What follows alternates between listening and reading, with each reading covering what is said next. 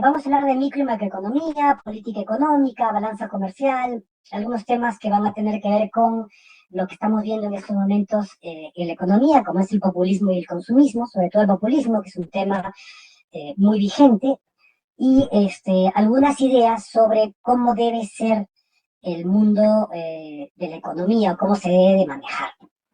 No vamos a entrar en profundidad, insisto, el curso no es un curso de economía, tampoco fue un curso de administración, ni luego tampoco va a ser un curso de contabilidad, pero los conceptos principales los tenemos que tratar, que conversar, tener una visión práctica de cómo usarlo en nuestra vida profesional. Y es así como lo vamos a tratar.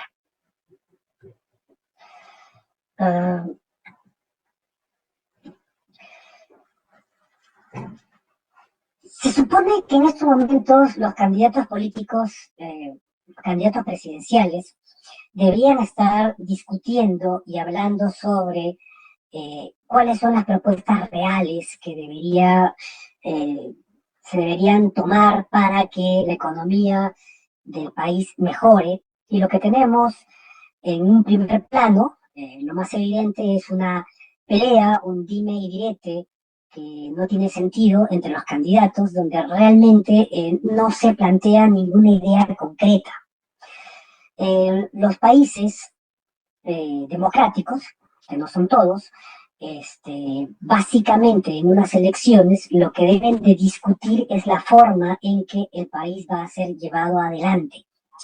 Y la discusión está en estos momentos entre una persona que dice cómo quiere cambiar el país y no seguir llevándolo adelante, y otro que aparentemente quiere llevarlo adelante, pero la discusión se ha centrado en la corrupción, en la no corrupción, en la capacidad o incapacidad, y realmente no se están hablando de los temas fundamentales.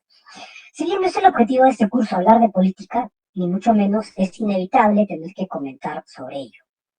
Resulta absurdo a esas alturas de nuestra vida que alguien quiera ser candidato político y se niegue a discutir sus propuestas o los lineamientos de la economía que va a seguir su gobierno, porque sin duda lo más importante de la tarea de un nuevo gobierno, no hablo del presidente, sino un nuevo gobierno, es decir, que todo el conjunto de quienes van a gobernar son los lineamientos de la política económica que se van a llevar. Por lo tanto, es mi opinión, y no tienen por qué compartirla, el Jurado Nacional de Elecciones debería establecer que es obligatorio que los candidatos discutan y presenten sus propuestas, y aquel que no lo haga de acuerdo a los lineamientos de Jurado Nacional de Elecciones debería quedar descalificado. ¿Sí? Porque eso es la realidad, nosotros vamos a vivir en eso. Nosotros esperamos que nuestras decisiones estén amparadas por justamente la política económica, donde nosotros vamos a saber si esas decisiones las vamos a poder llevar adelante o no. Siempre es bueno compararnos, aunque compararnos tampoco es lo mejor. Los países con unas, digamos, más estables, y que casi siempre los países más estables son aquellos que tienen mayor riqueza, los países más desarrollados,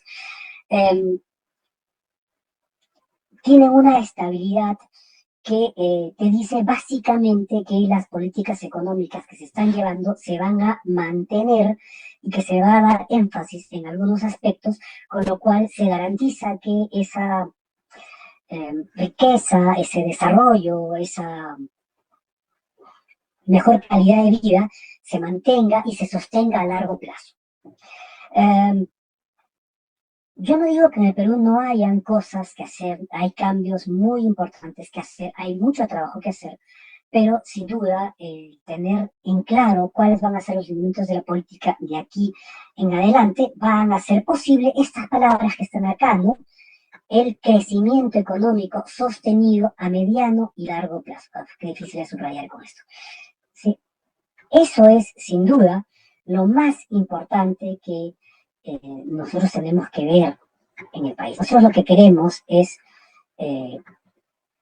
justamente eso, una economía que sea estable y en crecimiento sostenida a largo plazo. Eso es lo que va a garantizar trabajo, lo que va a garantizar eh, seguridad, lo que va a garantizar inversión, lo que va a garantizar que aquello en lo que nos metamos, en lo que queramos participar, intervenir o desarrollar, tenga más posibilidades de éxito o menos. ¿Sí? ¿Por qué digo más? Porque sin duda nada te garantiza de que tengas éxito, sino que el éxito va a depender de muchísimas cosas. Entonces, te surgen estas preguntas. ¿Cómo sé para que haya un crecimiento económico sostenido? ¿Para qué hay que hacerlo? ¿Cuál es el objetivo que busca eso? A ver, ordenemos. Eh, Primero, yo he estado repitiendo y voy a seguir repitiendo algunos conceptos durante el ciclo, no porque no los explique bien, o sino más bien porque trato en la primera vez que los explico, a explicarlos de manera más sencilla y la medida en que los repito, les voy aumentando definición, hacerlo cada vez, no digo que hacerlo más complejo, sino darle un sentido mucho más amplio a las cosas porque yo no pretendo que ustedes lo comprendan inmediatamente con solamente una explicación. Eh, entonces, es importante hablar de qué es lo que se espera que un país haga. Y, insisto, esto ya lo dije antes, las responsabilidades básicas de un país son la salud, ¿sí? ¿Qué más? La educación, la seguridad, tanto interna como externa, por tanto tiene que tener policía, ejército y un poder judicial que realmente funcione.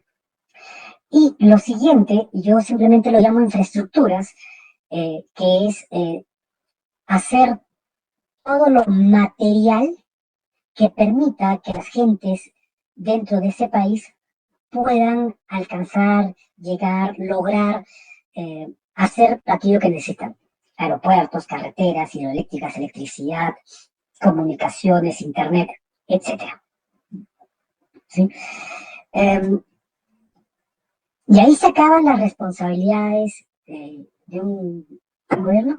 No, la responsabilidad va en el largo plazo. Es decir, todas esas políticas, todas esas responsabilidades que tiene que hacer el Estado, no se trata que las hagan una sola vez y luego se olviden, sino que tienen que ser constantes y permanentes. Por eso aquí, bueno, está muy mal subrayado, se le da tanto énfasis a la palabra sostenido y que se debe de hacer en el mediano y el largo plazo. Es decir, las reglas deben ser claras y las reglas no deben estar cambiando. Cada vez que las reglas cambian, pues estamos jugando otro partido. Imagínense, no sé, a ver, no pretendo ser un ejemplo machista, imagínense un partido de fútbol y que a mitad del partido les cambien las reglas. Imagínense un partido de vóley que a mitad del partido les cambien las reglas. Reglas tan sencillas como que en el partido de vóley ya no pueden rotar los jugadores o está prohibido que vuelva a entrar un jugador. O en fútbol todo lo contrario, que de pronto esté permitido rotar a los jugadores indefinidamente, etcétera. O que eh, gana el que menos goles mete. De repente es un poco radical mi ejemplo ahí, pero eh, cada vez que en un deporte, en un juego, nos cambian las reglas, lo único que conseguimos es que los que están participando en ese juego pierdan el interés o decidan no continuar jugando. ¿Sí? Véanlo ya en un tema mucho más de su carrera, o sea, ustedes se han matriculado en la universidad con una malla curricular, ¿sí? Es decir, tienen que aprobar, por decir, 60 cursos para acabar la carrera, y a ustedes a esas alturas, estando en quinto año de universidad, cuarto, quinto año de universidad, evidentemente que les cambien esa estructura les causaría muchos perjuicios. En todo caso, sí, sin duda, constantemente hay que estar mejorando la malla curricular, pero no podemos hacerla cambiando las reglas. Es decir, cuando yo quiero introducir una nueva malla curricular, debo hacerla para los que recién ingresan a la universidad y, por tanto, no afecto a los que ya vienen estudiando con una estructura. Señores, son ejemplos, deportes, educación, para explicar un poco cómo funciona la realidad. O sea, tú no vas a invertir si te cambian las reglas. Si un día puedes retirar tus inversiones, si los impuestos son de tal tipo, los aumentan, los bajan, los cambian. Y lamentablemente, esa es la discusión que estamos escuchando constantemente estos días. No quieren cambiar las reglas de juego. Las reglas de juego ya están dadas. Si las quieres cambiar es para aquel que quiera empezar con esas nuevas reglas de juego, y eso tiene lógica, porque además tiene relación con la seriedad de las cosas. Ese campeonato de fútbol en vóley es serio porque no cambia las reglas. Esa universidad, ¿no?, es seria porque no me cambia la estructura curricular, ¿no? Ese país es serio, ahí se puede invertir porque no están cambiando las reglas de juego. ¿Cómo hacer entonces para que ese crecimiento sea sostenido en el largo plazo? Pues hay que impulsar las inversiones. Ustedes miran, pero ¿cómo se impulsan las inversiones? A ver, yo trabajé justamente en Proinversión y les puedo comentar que cómo se impulsan las inversiones. Pues nosotros identificábamos proyectos en el Perú que queríamos sacar, una cartera, un tren,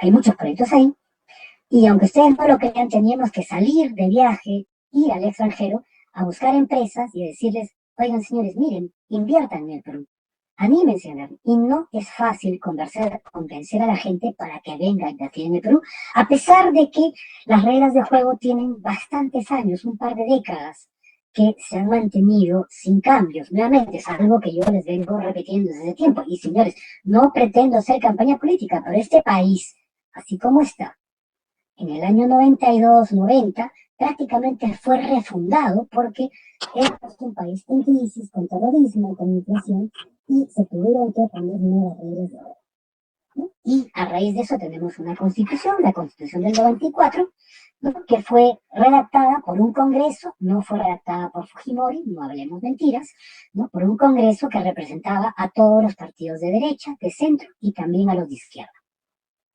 Entonces, así se consigue inversión, señores, es yendo a solicitarla, a pedirla, a convencerla. ¿Qué más hacer para que haya un crecimiento sostenido? Y acá surge la palabra competitividad. Perdón, pero me olvidaba de inversiones. No solamente se trata de ir al extranjero y traer inversiones, y les decía hace un momento, lo dije muy suavemente, la gente no quiere venir. O sea, ¿qué piensa un español diciendo, oh, voy a ir al Perú a invertir tan lejos, ahí donde hay terrorismo, hubo terrorismo, donde hay gente poco seria, donde todo el tiempo anda reclamando cosas? Imagínense qué pensarían los alemanes, o los rusos, o los escandinavos, que ven al Perú aún más lejos porque ni siquiera manejan el mismo idioma. Entonces, conseguir inversiones, señores, no es fácil, pero lo primero que tenemos que hacer es volver atractivo el país para que los propios peruanos inviertan en ese país. En estos momentos, señores, ustedes lo saben, lo ven, cuánta gente está desanimada de invertir en nuestro país. Señores, ¿por qué? Porque las reglas no están claras, porque no tenemos garantizado que las reglas se van a mantener de la misma manera a largo plazo. ¿Sí? Entonces, señores, la inversión es difícil de conseguir, ¿no? No es tan sencillo de decir, salgan y que vengan del extranjero a invertir. No, señores. Es muy difícil traer inversión extranjera y, por supuesto, cuando alguien quiere invertir, tanto peruanos como extranjeros, lo que quieren es ganar. Así que quieren asegurarse que sus inversiones sean serias.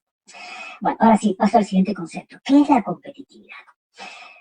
En clases pasadas hablamos de la definición de competencia y básicamente yo la planteé sobre la pregunta de ¿la competencia es buena o la competencia es mala?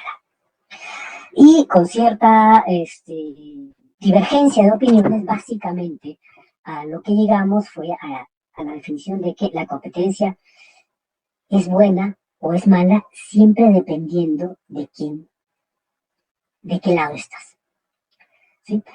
Por lo tanto, la competencia se debe de incentivar para que las empresas compitan entre ellas y compitan por conseguir más usuarios o más clientes.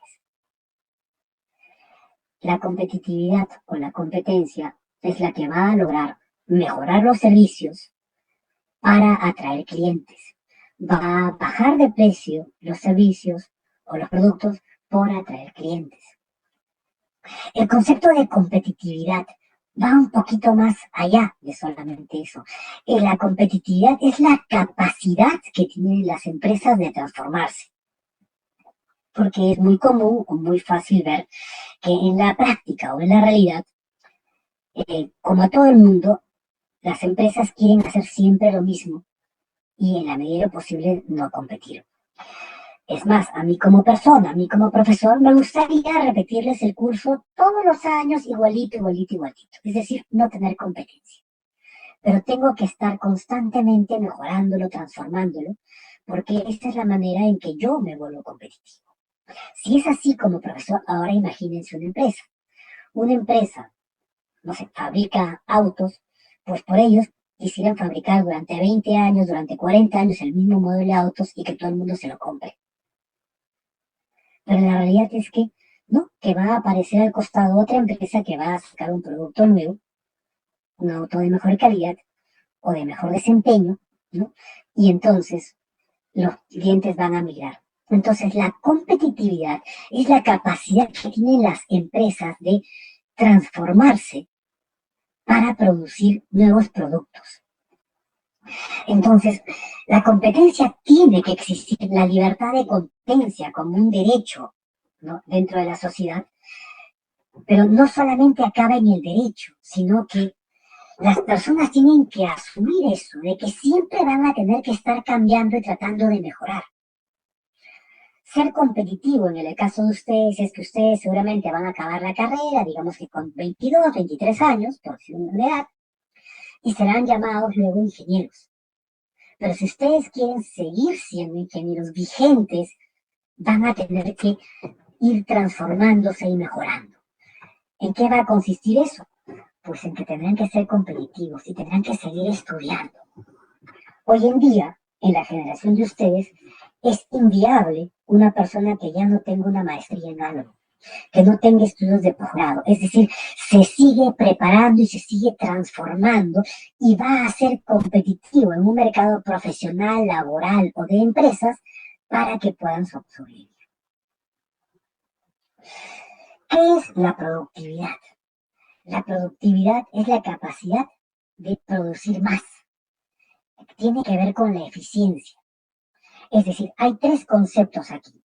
Inversión, ¿no? Ahorros, dinero que hay que traer o sacar del colchón, como se dice, o del banco, para invertir y construir algo. Segundo, la capacidad de competir y de transformar las organizaciones para poder producir cosas nuevas, la competitividad. Perdón. Y la productividad, que es la capacidad de cada vez hacer las cosas más rápido. No solamente más rápido, yo uso la palabra rápido porque casi siempre aquel que produce más rápido genera ahorros. Y eso es productividad, eficiencia, eficacia. Sí, dos conceptos que están muy ligados. ¿Y para qué se hace todo esto? Porque todos esos productos nuevos, innovadores, esas inversiones, a ver, productos nuevos, competitividad, productos más baratos, productividad. Pero el hacer productos va a depender de que alguien invierte. ¿Para qué se hace todo eso? Para mejorar la calidad de vida de las personas. Porque por lo general, cada vez que se desarrolla una nueva tecnología, se abaratan los costos. Alguien me va a decir, pero profesor, antes no teníamos que gastarnos 1000 soles en comprarnos un teléfono. Oye, un momentito. Pero ahora te gastas 1000 soles en comprar un teléfono, pero el teléfono ahora te permite hacer muchísimas cosas que antes no era posible hacer. Es decir, esos 1000 soles han sido lo mejor invertidos porque puedes llamar, puedes textear, puedes navegar en internet, puedes hacer fotos, puedes hacer 1000 cosas tú mismo. Es decir, la aparición de nuevas tecnologías gracias a la competitividad, las inversiones y la productividad siempre hacen que la vida mejore, ¿no? Es decir, mejora tu calidad de vida. En cierta manera la abarata, pero como estamos en constante competencia, simplemente la vida se vuelve más compleja. Así que si tú no estás preparado para entrar en esa carrera que es la mejora de la calidad de vida, vas a quedar fuera, ¿sí? Es decir, toda industria, todo nuevo producto que entra al mercado siempre nos va a mejorar la calidad de vida. Y por lo general, como esa nueva tecnología abarata a la anterior, ¿sí? Cada vez tenemos mayores posibilidades de tener oportunidades nuevas. Ese es el principio que hace que funcionen los mercados. Totalmente contrario a los modelos económicos que plantean que sea el Estado el que controle todo, el Estado el que te lo dé todo, y vemos los ejemplos que lamentablemente estos días en la política o en la discusión sobre la política hemos visto de los países que no están desarrollados o de los países que estaban desarrollados y que más bien están involucionando, es decir, van para atrás en vez de ir para adelante. Yo siempre planteo el ejemplo de Argentina. Argentina era una economía donde los peruanos soñábamos con tenerla igual, soñábamos con irnos a vivir a Buenos Aires o a cualquier ciudad de Argentina, y hoy en día lo que vemos es la cantidad de argentinos que se van de ahí, que no quieren vivir, un país que involuciona en vez de evolucionar. No quiero hablar de Bolivia, porque Bolivia es un país que nunca desarrolló y que más bien, por el contrario, mm, con la situación que tiene, no desarrolla, o en todo caso, no tiene camino a desarrollar, ¿sí? Bueno, ¿cuál es el objetivo de fondo? ¿O qué tiene todo esto que ver con la economía? Básicamente que al final este crecimiento de la economía a través de inversiones, a través del desarrollo de empresas, de competitividad, de producir nuevos productos, va a generar que se compren y se vendan cosas. Y eso va a tener relación con el concepto del Producto Bruto Interno o PBI. También hay otras bibliografías que hablan de PIB, que es exactamente lo mismo. En vez de decir Producto Bruto Interno, dicen Producto Interno Bruto. Invierten el orden, pero es lo mismo, señores. Tengo que hacer aquí. Me olvido de eso. Bueno, vamos a llegar a lo de PIB, pero ahorita básicamente lo que queremos llegar es a dos definiciones. ¿Qué es microeconomía y qué es macroeconomía? A ver, si queremos hablar de economía, quizás la gran pregunta sería, ¿qué es la economía? ¿No? Y yo comenzaré diciendo que la economía primero es una ciencia social. Curiosamente, es una ciencia, ¿no? Mientras que la ingeniería, cuando ustedes me decían que querían definir, yo decía, la ingeniería no es una ciencia. La ingeniería es la aplicación de la ciencia. Entonces me decían, profe, qué curiosa esta contradicción. Bueno, es una ciencia porque básicamente va a ir generando datos de la sociedad, las va a ir cuantificando y a través de ellos va a opinar. Pero básicamente la economía tiene que ver con las actividades comerciales o de intercambio que tienen entre las personas. Donde hay intercambios y esos intercambios han tenido que ver con dinero, con cambio de mano, de propiedades, estamos hablando de economía. ¿Qué es la microeconomía y qué es la macroeconomía? Pues la microeconomía, Leo, es el estudio de las elecciones de los individuos y las empresas, de cómo dichas elecciones interactúan en los mercados y de la influencia de los gobiernos. Ahora, eh, cuando hablamos de elecciones no estamos hablando aquí de políticas, estamos hablando de la toma de decisiones. Es decir, yo decido comprar algo o yo decido vender algo. Eso es una elección. a mí me ofrecen esto y yo lo compro o no lo compro, pero he tomado una decisión, he elegido lo que voy a hacer. Entonces, básicamente, en el caso de la microeconomía, de lo que se trata es, bueno, voy a estudiar qué decisiones toman las personas, ¿sí? Acá también te dicen las empresas, pero acá yo quiero que entendamos esto. ¿Por qué se dice microeconomía? Porque micro viene de pequeño, es decir, queremos ver lo que pasa con la pequeña economía, es decir, yo como persona, ¿qué decisión tomo? Tú como persona, ¿qué decisión tomas? Pero luego, las familias también, o sea, cuando hablamos de la persona, estamos hablando de una persona que toma una decisión. Pero cuando hablamos de una familia, también estamos hablando de una persona, porque finalmente son dos, tres, cuatro, seis personas dentro de una familia, pero las decisiones son únicas, son por la familia.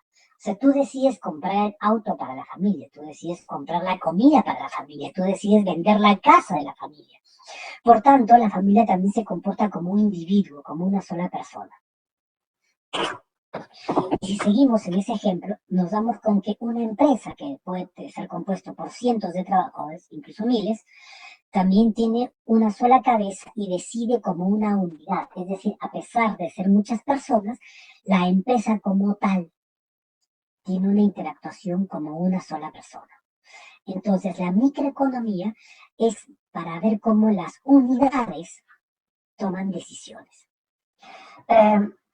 Valga la aclaración, las empresas están conformadas por personas, pero esas personas actúan independientemente de la empresa cuando toman sus decisiones personales. Una cosa es que una compañía compre un auto para la compañía y otra cosa es que una persona que trabaja para esa compañía se compre un auto para su familia o se compre un auto para él mismo. Ahí es donde distinguimos que son cosas separadas, la persona, la familia, la empresa, pero cada una de ellas actúa o en todo caso toma decisiones, elige de manera independiente y separada. ¿De qué se trata esto? De ver cómo esas decisiones van a hacer cambios en el mercado. A ver, si yo quiero comprar papas, ¿cuántas papas compro? ¿Cuántas papas compra una persona? ¿Cuántos dólares compro? ¿Cuántos dólares vende? Es decir, ese son el tipo de decisiones que quiere tomar la microeconomía. Es decir, a nosotros nos interesa medir cuántos bienes compra ese individuo, ¿no? Yo cuántas papas compro, cuántos autos compro, cuántos electricidad consumo como individuo, ¿sí? ¿No? Sobre la base de cuánto dinero gano. En el caso de la empresa, lo mismo. La decisión macroeconómica es cuánto yo compro para que mi empresa funcione o cuánto yo vendo para que mi empresa sobreviva. Entonces, son decisiones, en todo caso, son dos ejemplos que planteo de cómo funciona la microeconomía. La macroeconomía, por el contrario, tiene como principio manejar cifras aglomeradas. Es el estudio del desempeño de las economías nacionales o de una economía global. Es decir, yo quiero saber cuánto compró, cuánto vendió un país, cuánto compró una región, cuánto compró o vendió el mundo entero, ¿no? Y muchas veces vemos a través de las noticias, de los periódicos, justamente que nos informan de eso, ¿no? En la pandemia, por decir, cayó la venta de automóviles, subió la venta de casas. ¿Por qué?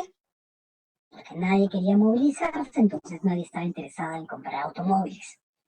Por el contrario, subió la venta de bicicletas y de motocicletas. Aumentó la venta de departamentos porque había más gente que quería casarse y tener un espacio solo, había mucha gente que se quería divorciar y separarse y que la pandemia le había hecho comprender que eso es lo que quería hacer. Por otro lado, así como por lo menos desde un punto de vista del ejemplo, los departamentos aumentaron de precio o se vendieron más, las oficinas no se vendían porque justamente nadie quería hacer uso de ellas porque se había planteado el trabajo por internet desde casa. Okay. La macroeconomía es la parte de la teoría económica que se encarga del estudio general de la economía, o sea, ve todo de manera mediante el análisis de variables agregadas, las va sumando, es decir, yo quiero saber cuánto hacen, cuánto compran todos los que compran tal producto en un país, en una región. Mediante el análisis de las variables agregadas, como el monto total de bienes y servicios producidos, el total de ingresos, el nivel de empleo, el nivel de recursos productivos, la balanza de pagos, el tipo de cambio, el comportamiento general de los precios. A ver, cuando hablamos de comportamiento general de los precios, estamos hablando de inflación, eso le interesa a la macroeconomía. Cuando hablamos de tipo de cambio, pues la subida y bajada del dólar, que esta semana pasada ha estado, o antepasada, ha estado muy fuerte. La balanza de pagos significa cuánto dinero sale del país y cuánto sale y cuánto queda. Cuánto los recursos productivos, cuánto se ha producido en un país, en la totalidad del país. Eso va a tener que ver mucho con el PBI que estábamos mencionando. Y en general, de todas esas grandes números que nos ayudan a entender cómo va la economía. La macroeconomía puede ser utilizada para analizar cuál es la mejor manera de influir en los objetivos políticos, como por ejemplo hacer crecer la economía, conseguir estabilidad de precios, fomentar el empleo y la obtención de una balanza de pagos sostenida y equilibrada. Es decir, un ministro de Economía, básicamente, de lo que su trabajo es asegurarse que la macroeconomía esté bien, esté positiva y crezca. Que esto de la balanza comercial esté estable. A ver, ejemplos muy sencillos, ¿no? O sea, o en todo caso, situaciones muy sencillas de entender. ¿Qué busca un país? ¿Exportar o importar? Ustedes dirán, profe, pero si uno exporta, significa que entra dinero. Y con ese dinero puedo hacer muchas cosas. Si uno importa, pues más bien es todo lo contrario. Sale dinero, ¿no? Y no tengo dinero aquí para hacer otras cosas. Entonces, ¿cuál debería ser la situación real de las cosas? Bueno, debe haber mucha exportación y también debe haber mucha importación, porque no solamente nos vamos a llenar y atolondrar acá de dinero, sino que con ese dinero tenemos que desarrollar cosas nuevas. Entonces, un equilibrio entre lo que se exporta y lo que se importa es positivo. Pero ustedes me dirán, profe, ¿y qué es lo mejor? ¿Que esté exactamente igual la cantidad que se exporta con la cantidad que se importa? No. Lo óptimo es que la cantidad que se exporta siempre sea ligeramente superior, o sea, superior a la cantidad que se importa. ¿Para qué? Para que quede dinero en la sociedad, o siempre haya más dinero, porque cuando haya más dinero, básicamente lo que se va a hacer es invertirlo en desarrollar cosas nuevas que a la larga van a redundar en más exportaciones y más importaciones. Es decir, entras a lo que le llamamos el círculo virtuoso de la economía.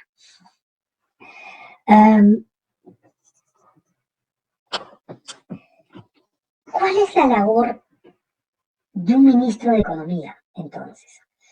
Dicen, el ministro de Economía maneja el dinero de los peruanos, sí, maneja el dinero de los impuestos de los peruanos, pero realmente de lo que se trata es que él controle esa gran cantidad de dinero que se maneja para que se utilice adecuadamente. Es decir, es absurdo decir en estos momentos, aunque sería una maravilla, que yo diga voy a gastar el 20% del presupuesto del país en educación. ¿Por qué?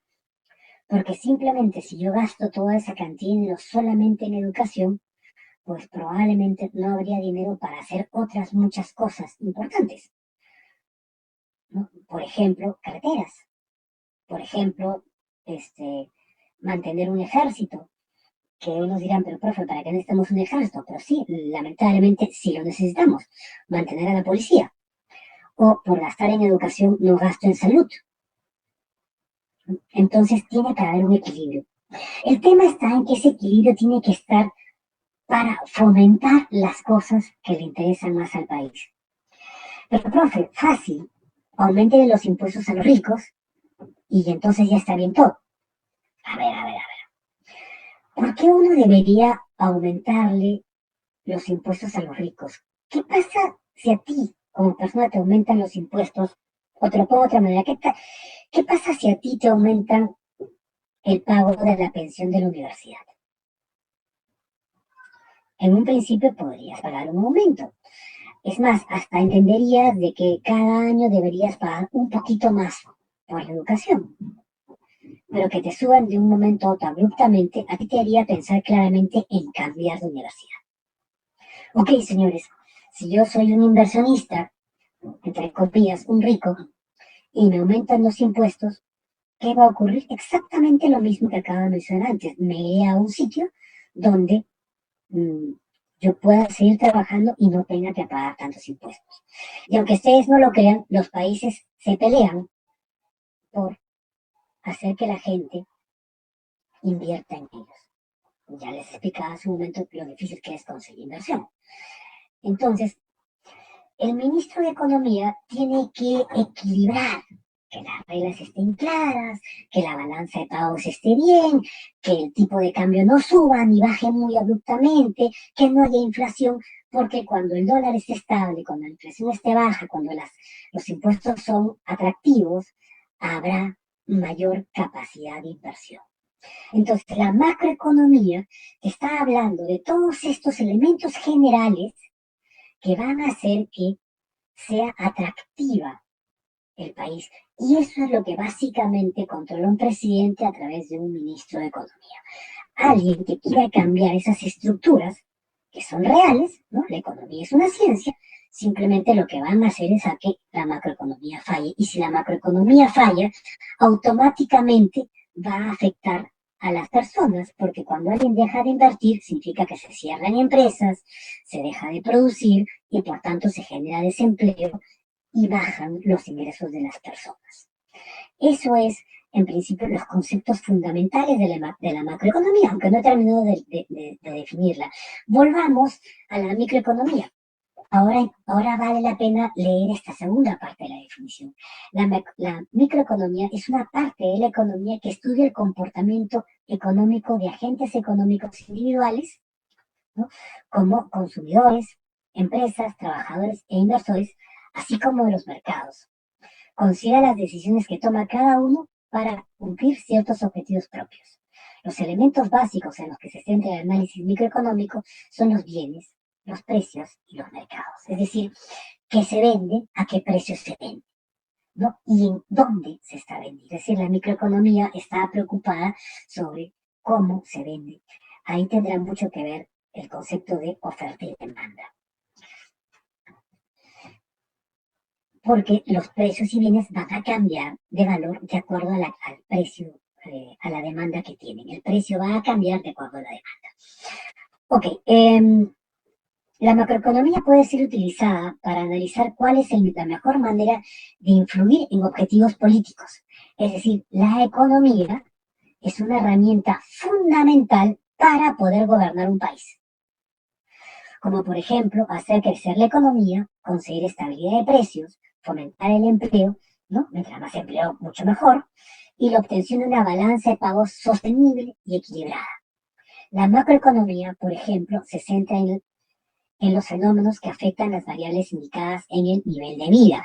Claro, yo quiero tener un nivel de vida y que mi nivel de vida mejore. Y pronto vamos a hablar del PBI, que va a explicar mucho mejor el concepto de nivel de vida. Además, objetiza más al analizar la situación económica de un país propio en el que vive. ¿Por qué? Porque siempre vamos a querer comparar cómo es el nivel de vida de este país y cómo es el nivel de vida de otro país. Lo que va a permitir entender fenómenos que intervienen en ella. En contraposición, volvemos a la microeconomía estudia el comportamiento económico de agentes individuales como consumidores, personas, empresas, trabajadores, inversionistas. ¿Alguna pregunta a esto que es micro y macroeconomía, señores? ¿Estuvo muy confusa la explicación? Yo sé que es difícil entenderla, sobre todo cuando uno es joven y no entiende o no tiene la experiencia de cómo ha funcionado la economía. ¿No hay preguntas? Sí, estuvo bien, arquitecto. Ok, entonces prepárense que el próximo control les puedo pedir que ustedes me la definan en sus propias palabras, ¿eh? Tengan cuidado. No, yo como profesor puedo ser también un poquito malvado. Ok, bueno, sigamos hablando. Entonces, en lo macroeconómico, el gobierno debe promover la consolidación del crecimiento económico a corto, mediano y largo plazo. Ahora que ustedes vayan a votar, ¿quién te garantiza eso? No estamos hablando de política, yo no les estoy diciendo por quién votar, simplemente yo les estoy diciendo, señores, hay unas reglas de cómo funciona el mundo y hay gente que parece que se esforzara muchísimo en tratar de contarnos el cuento que no es. ¿No? Tengan cuidado. ¿Sí? Bueno, acompañado de un manejo prudente y responsable de las cuentas fiscales. ¿Qué es un manejo prudente y responsable de las cuentas fiscales? Vámonos a un ejemplo. A ver, digamos que yo soy jefe de familia, ¿no? Es decir, yo soy el papá, tengo una esposa, tengo 3 hijos. Bueno, me he puesto yo, pero digamos que podría ser también la mujer, ¿no? Uno de los dos, o en conjunto, como si fuera uno solo, por eso se casaron, hay un jefe de familia. Pero básicamente el jefe de familia dice, mira, los sueldos sumados de la esposa y el esposo, número redondo, son 10.000, ¿no? Entonces, ¿cómo los usamos? ¿Qué es el manejo prudente y responsable de las cuentas de una familia? Pues si yo gano 10.000, pues separaré. A ver, tanto para educación, ¿no? Pago de universidades y colegios. Tanto para salud, seguros médicos. Tanto para alimentación. Tanto para ropa. Tanto para alquiler o, no sé, compra de la casa. Tanto para el pago del auto, tanto para gasolina y mantenimiento del automóvil. ¿No? Y voy sumando y sumando y sumando y ustedes se van dando cuenta, oye, de los 10.000, al final, después de restar todo, me quedan 1.000. ¿Sí? Todo, salud, educación, alimentación, vivienda, transporte, ha sido pagado, todo ha sido pagado y me quedan 1.000. ¿Qué debo hacer con esos 1.000? Pues también hay cosas divertidas y agradables en familia, ¿no? Alguna noche salir con toda la familia a cenar, ir a bailar, de repente, ustedes que son más jóvenes, comprarse ropa bonita, a las chicas de repente maquillaje, ¿no? Y tú dices, pero profe, o sea, para todo lo que usted dice, 1.000 soles no es mucho dinero, resulta siendo poco, hasta puede que no alcance. Sí, señores. Entonces, ¿qué es el manejo responsable? Pues ver si esta casa es muy grande o muy cara y me voy a otra, lo que sí yo pueda pagar.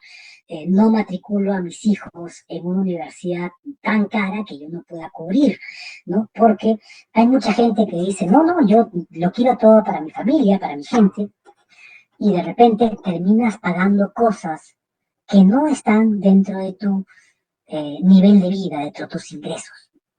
Y entonces empiezas a endeudarte.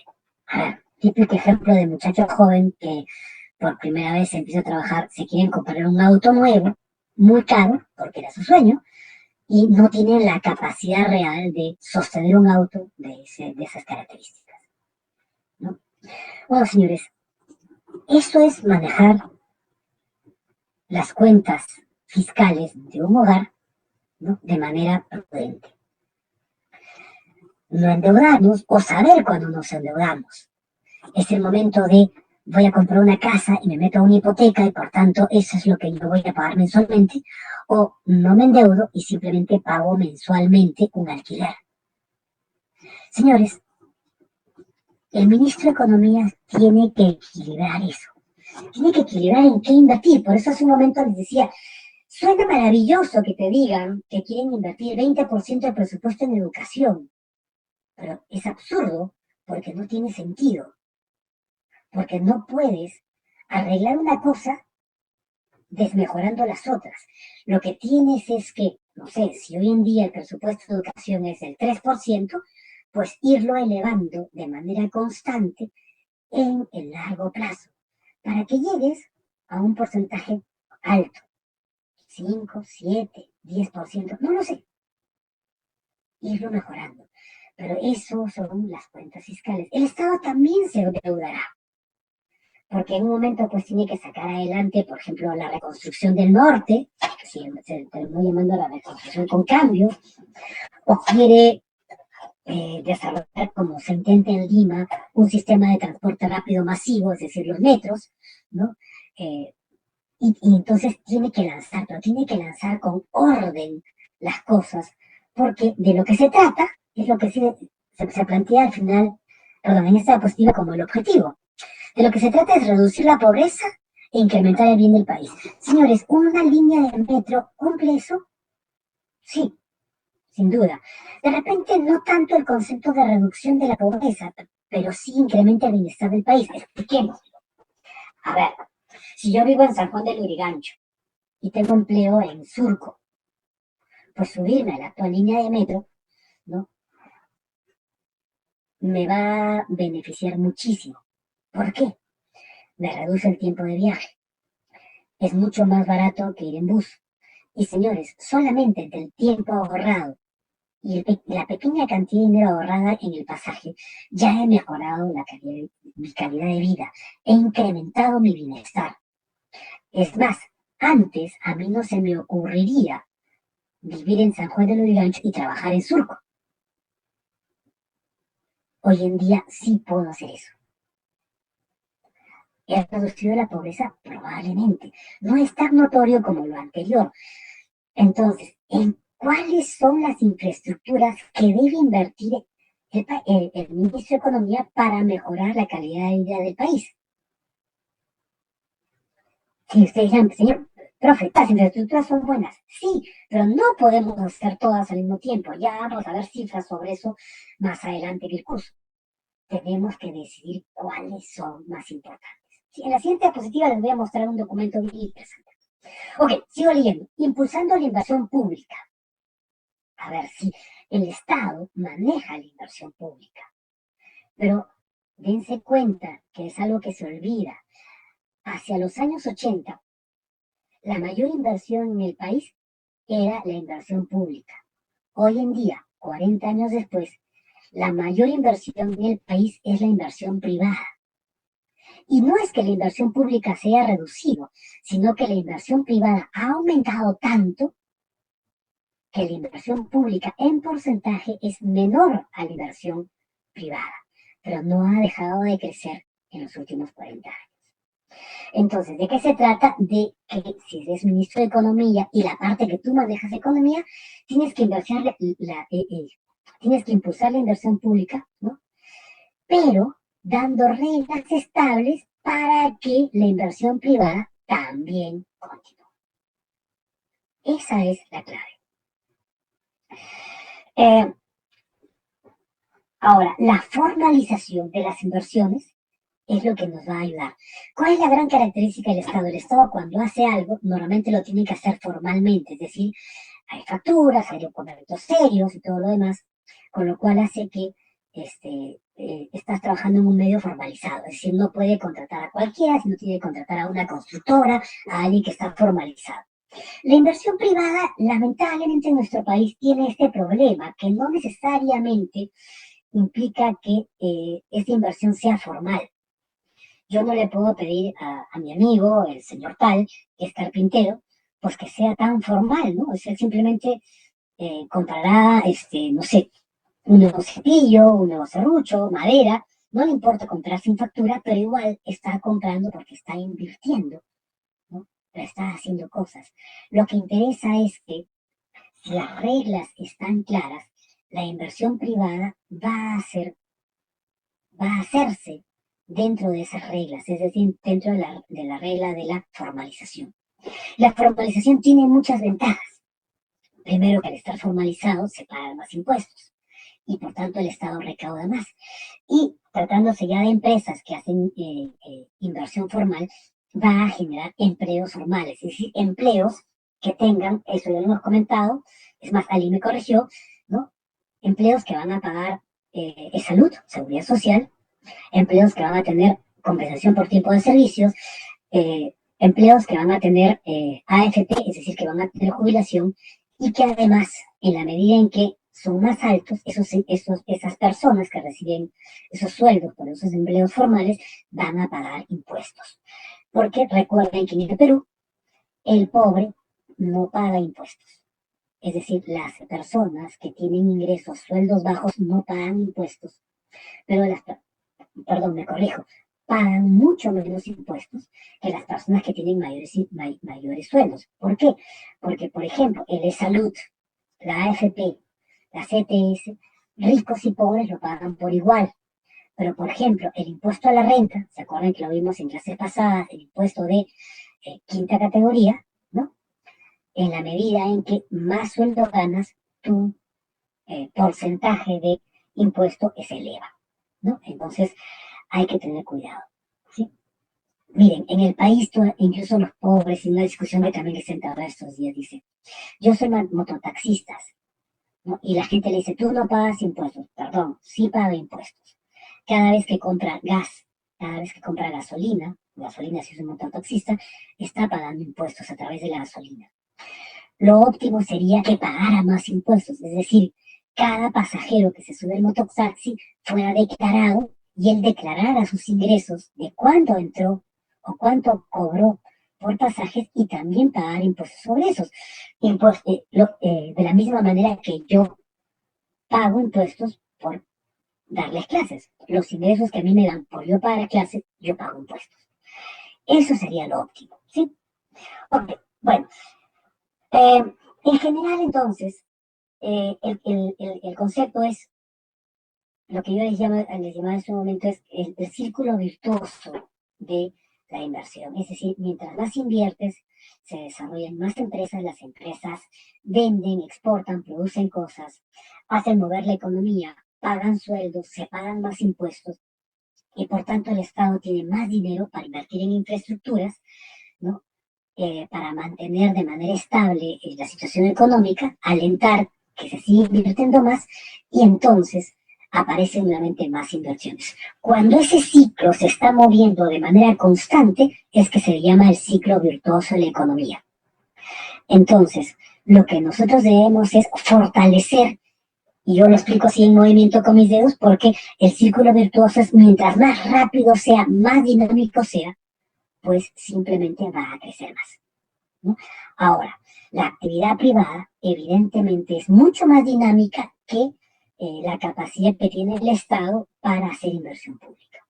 Eso es definitivo. ¿Por qué? Porque el privado está para eso, mientras que el Estado no está para eso. El Estado, para fomentar esas cosas, ha creado el plan económico. Hay dos. Está el Plan Nacional de Infraestructura, paso a la siguiente diapositiva. Está también la Política Nacional de Competitividad. Yo los tengo, los dos planes, y se los he cargado en el aula virtual, pero solamente pude cargar uno de ellos. En este momento no sé cuál de los dos, ya me confundí. Pero el otro no se pudo cargar porque es muy pesado. Así que descárguenlo, ¿no? Búsquenlo, el PNIC, el Plan Nacional de Infraestructura y Competitividad. ¿No? Revísenlo, léenlo, es un documento interesante, pero en todo caso, me hubiera gustado que ustedes tuvieran ambos, ¿no? No solamente el Plan Nacional, sino también la Política Nacional de Competitividad. Es decir, el Estado peruano está permanentemente buscando cómo hacer para que las cosas caminen. Estos planes, ya que están hablando de que el Perú como país entra a una situación de madurez donde le está diciendo, miren, vamos a mirar el país a largo plazo, ¿no? Cosa que no se podía hacer hace 20 años, y menos hace 30. Pero lamentablemente, y uno tiene que ser muy sincero con eso, la población va diciendo, pero señores, es que todo este crecimiento económico no me llega a mí. Es muy lento y yo sigo siendo pobre o mi realidad ha cambiado muy poco. He pasado de la extrema pobreza, pero sigo siendo pobre. Y ahí es donde uno tiene que hacer una autoconciencia o una o debe de meditar acerca de lo que ocurre. Yo, por ejemplo, tengo muchos ejemplos, ¿no? O sea, eh, ¿qué pasa con el profesional? Viene, estudia en el país y se va al extranjero, ¿no? Bueno, sí, vaya a seguir estudiando, pero tiene que volver a invertir al país, es una responsabilidad. Tú has recibido una buena educación, pues tienes tu responsabilidad es crear riqueza, hacer empresa. Eh, una gran crítica a los últimos 60 años de país, ¿no? Y no le echo la culpa a ningún partido, o sea, ¿cuánta gente salió de provincia, de Cusco, de Huancayo, de Cajamarca, de Pucallpa, y se vino a Lima a estudiar, a mejorar, y no volvió a sus ciudades? No quiso fue lo suficientemente egoísta para no volver a sus ciudades e invertir en ellas, en desarrollar sus ciudades. Y más bien hemos visto que el Perú ha sido un constante vaciar sus provincias para que la capital, Lima, se llenara con las mejores mentes. Entonces, esto explica por qué también mucho del atraso. Y eso tiene que ver con un concepto muy simple. O sea, nos falta nacionalismo, nos falta patriotismo. Es decir, mi padre me volvió a estudiar Derecho, me estudió contabilidad, ingeniería, pues ahora tengo que volver y usar eso para mejorar mi ciudad, mi familia, y no mejorar yo solo. Eso es un egoísmo. Ok, pero ¿qué tiene que ver todo esto con el Plan Nacional de Competitividad? Que estas familias, finalmente, esta gente, sobre todo en provincia, y lo vemos en los resultados de las últimas elecciones, está cansada de esperar. Los limeños no podemos seguir viviendo pensando en cómo mejorar nosotros y no en invertir en el interior.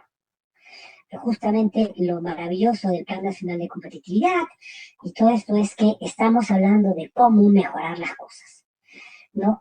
Mejorar a través de las asociaciones público-privadas, que también lo vamos a explicar más adelante, y de las obras por impuesto, que bueno, este año han estado fatales por la crisis, pero también es un concepto muy interesante que vamos a hablar más adelante. Es decir, se debe de consolidar la manera de invertir de tal manera que las inversiones tengan el mayor impacto social, ¿no? Y sean a su vez competitivas, ¿no?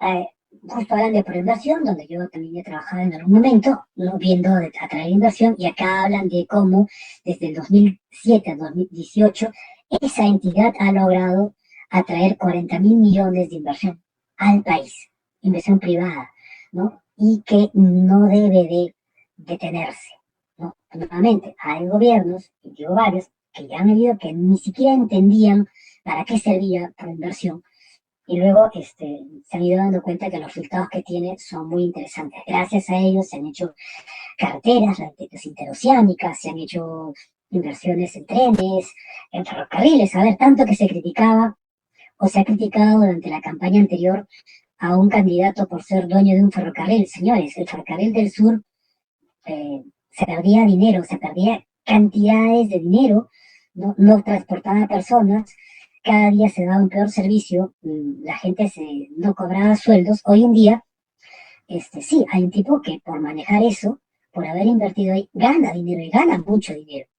Pero tenemos ferrocarriles que transportan gente, ferrocarriles que atraen turismo para que más gente vaya al Cusco a conocer Machu Picchu, ¿no? Que es totalmente distinto a lo que ocurría hace 20 años antes que esos ferrocarriles fueran concesionados y entregados para que los privados lo manejaran.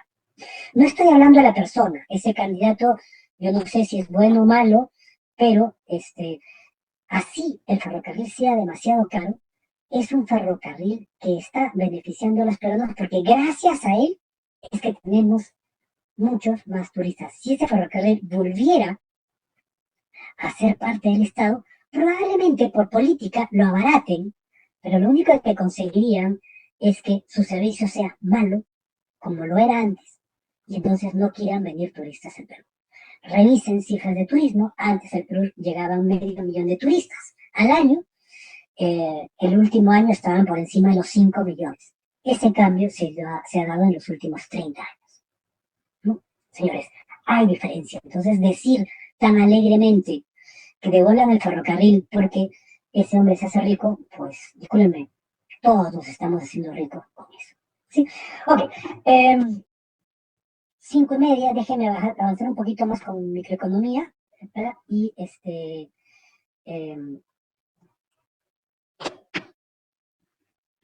y cortamos para hacer el tema.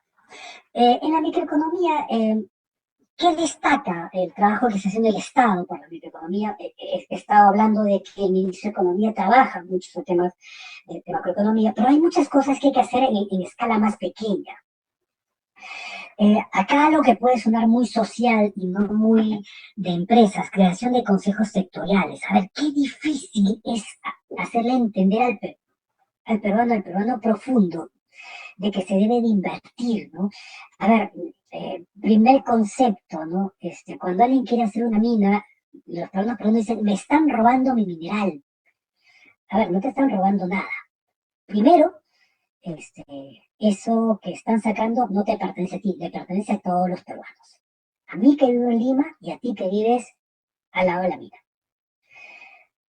Y a pesar de eso, reciben canon minero, es decir, reciben ellos los impuestos y no el resto del país. Realmente, cuando Raimondi dijo el peruano es un mendigo sentado en un banco de oro, no nos estaba haciendo ningún halago, nos estaba insultando, nos estaba diciendo brutos, torpes, tarados y cosas por el estilo. ¿No? Porque justamente no se daban cuenta de que tenían que, para mejorar su situación económica, invertir.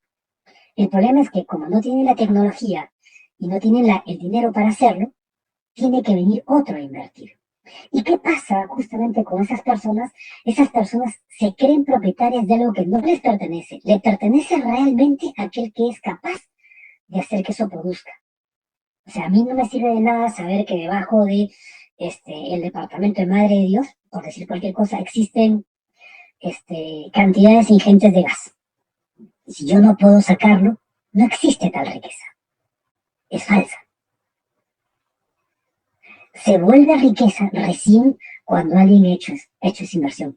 Y justamente la creación de consejos sectoriales es eso, es tratar de enseñarle a esa gente, tratar de conversar con ella para que se pongan de acuerdo en cómo hacer para que esas inversiones los beneficien, porque también hay una realidad. Vienen las empresas a explotar los recursos, ¿no?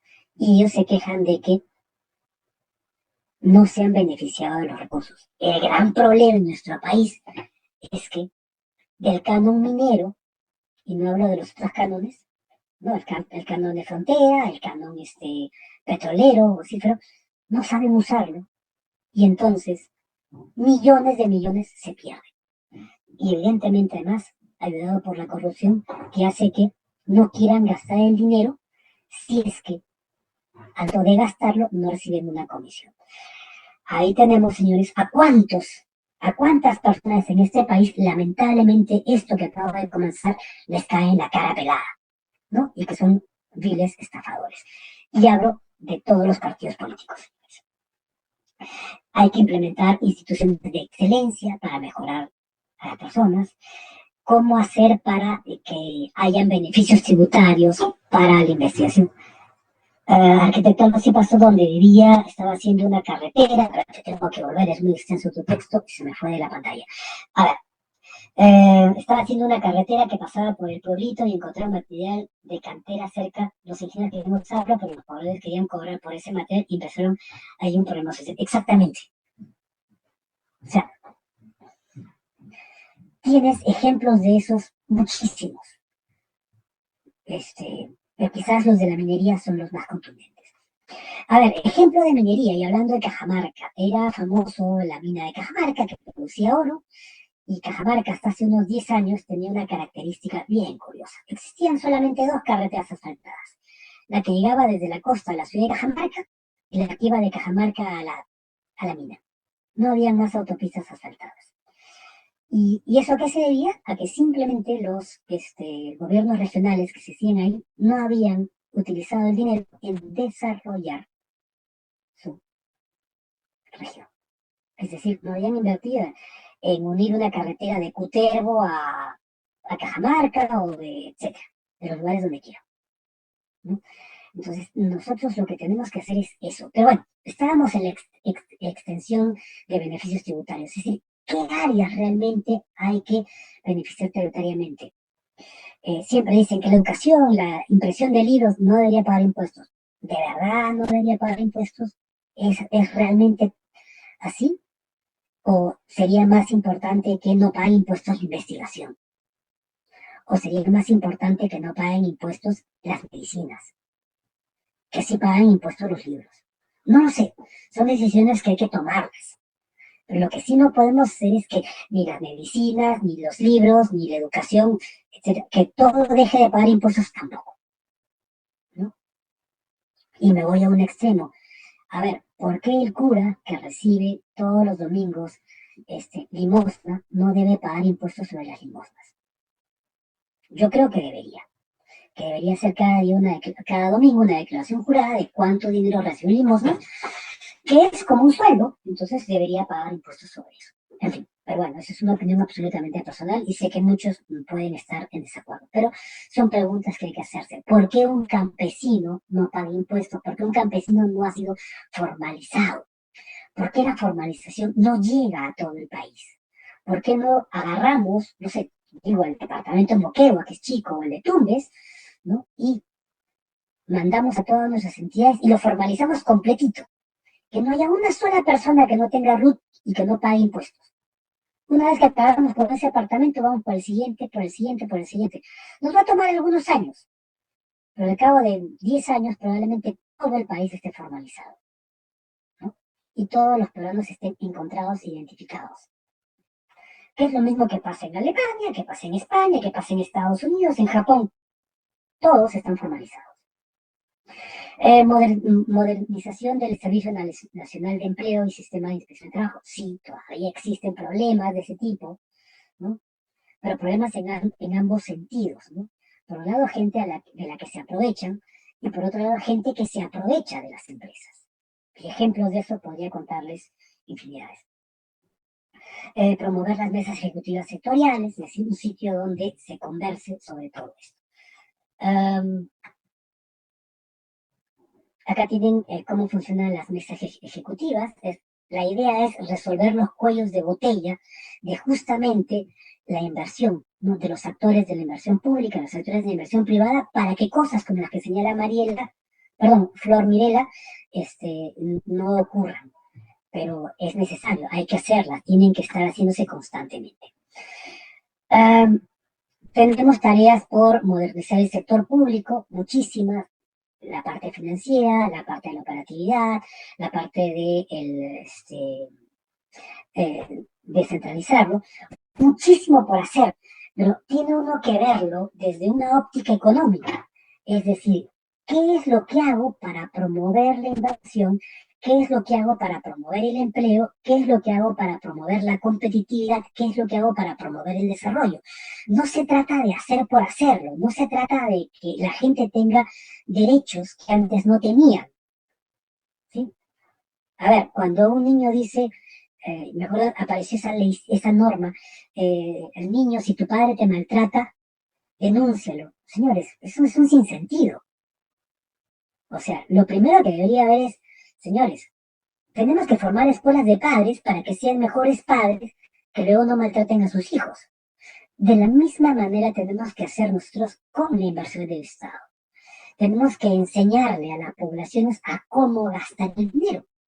Porque lamentablemente antes no tenían dinero y no saben cómo gastar. De eso se trata, de modernizar al sector público para que sepa hacer las cosas adecuadamente. Ok, hasta aquí llego hoy. Para la próxima clase queda Producto Bruto Interno, que va a ser más sencillo. Esta presentación es bastante rápida, así que creo que mañana la concluimos. Ahorita mismo les cargo el control del día de hoy y pues vamos para adelante. Aquí está. Ajá.